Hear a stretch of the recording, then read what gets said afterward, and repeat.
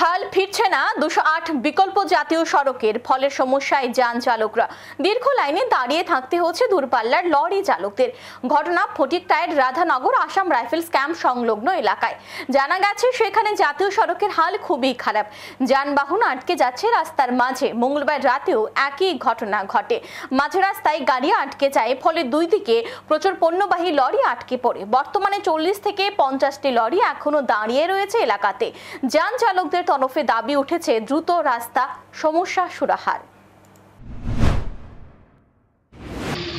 আর বিগত একটা রাস্তা আছে, এটা তো হচ্ছে কুমারঘাট যাওয়ার যে রাস্তাটা, এটা হচ্ছে সিঙ্গেল রাস্তা। এটা আমরা লেগে ঠিক না, আমরা লোড গাড়ি নিয়ে যাওয়াটা ঠিক না, সিঙ্গেল রাস্তা।